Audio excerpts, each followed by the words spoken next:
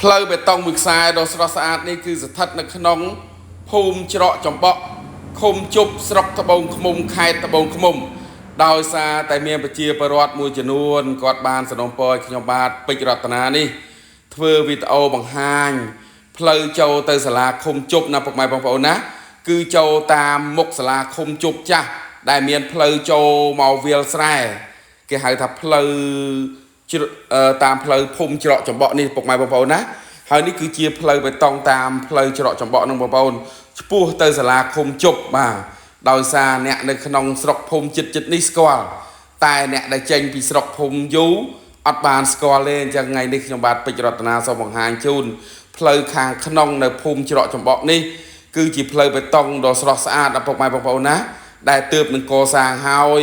ប្រហែលឆ្នាំចុងក្រោយនេះទេពុកម៉ែបងប្អូនហើយក៏ជាផ្លូវឆ្ពោះទៅឃុំទៅសាលាឃុំ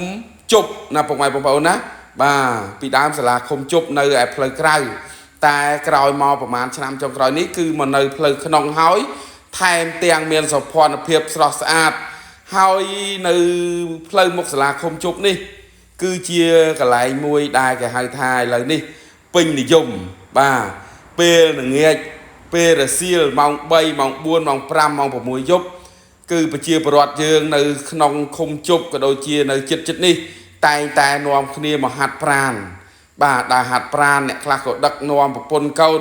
ពីព្រោះនៅផ្លូវបេតុងមុខសាលាឃុំជប់តាមបន្លាយច្រកចំបក់នេះបាទគឺជាគេហៅថាសឹងឲ្យចូលជារមណីយដ្ឋានមួយពេលល្ងាចពុកម៉ែបងប្អូនណាពេលល្ងាចម៉ោង3ម៉ោង4ល្ងាចហ្នឹងគឺសឹងតែជារមណីយដ្ឋានមួយបងប្អូនទាំងម៉ូតូទាំងថ្មើរជើងទាំងឡានចរាចរណ៍ឆ្វេងឆ្វាច់ដើម្បីមហាត់ប្រាណដើម្បីនាំប្រពន្ធកូនជាគ្រួសារមកញ៉ាំនេះញ៉ាំនោះនៅនឹងផ្លូវបន្លាយនេះតែម្ដងពុកម៉ែបងប្អូននេះបងប្អូននេះមកដល់បន្លាយបងប្អូនហើយបន្លាយនេះសូមបញ្ជាក់បងប្អូនណាបាទគឺមានការដាំដើមកញ្ញូងនិងដើមធ្នង់អូមបាទអូមបន្លាយនេះទាំងសងខាងនេះបងប្អូននេះដើមធ្នង់ដើមកញ្ញូងគឺកម្ពស់3-4 ម៉ែត្រហ្នឹងហើយលាស់ត្រួយពុកម៉ែបងប្អូនណាដោយមានការផ្ដួចផ្ដើមដាំដោយអភិបាលនៃគណៈអភិបាលស្រុកត្បូងឃ្មុំលោកសេងសុខឿនដាំដើមធ្នង់និងដើមកញ្ញូងនេះរាប់រយដើមណាពុកម៉ែបងប្អូនណាអូមនៅមាត់បន្លាយនេះបាទហើយងាកមកខាងឆ្វេងដៃនេះពុកម៉ែបងប្អូនគឺជាសាលាឃុំជប់ណាពុកម៉ែបងប្អូនណាអញ្ចឹងសម្រាប់ពុកម៉ែបងប្អូនដែលនៅឆ្ងាយមិនបានដឹងគឺសាលាឃុំជប់គឺនៅកន្លែងនេះពុកម៉ែបងប្អូនឃើញស្រស់ស្អាតទេបងប្អូនទើបតែកសាងហើយប្រហែលឆ្នាំចុងក្រោយនេះទេពុកម៉ែបងប្អូនណាហើយបងប្អូនឃើញទេពេលល្ងាច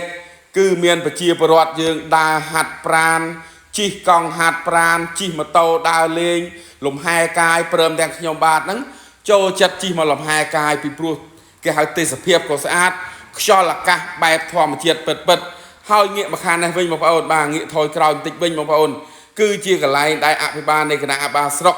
ត្បូងឃ្មុំលោកតែងតែរៀបចំពិធីអុំទូកគេហៅអុំទូកខ្នាតខ្លីបងប្អូនណាចំណុះ4នាក់5នាក់ហ្នឹងបងប្អូនគឺមនុស្សម្នាច្រើនបងប្អូនហើយក៏គេហៅថាជាតំបន់ទេសចរថ្មីសម្រាប់ប្រជាជននៅស្រុកភូមិនេះហើយបច្ចុប្បន្នកាលនេះ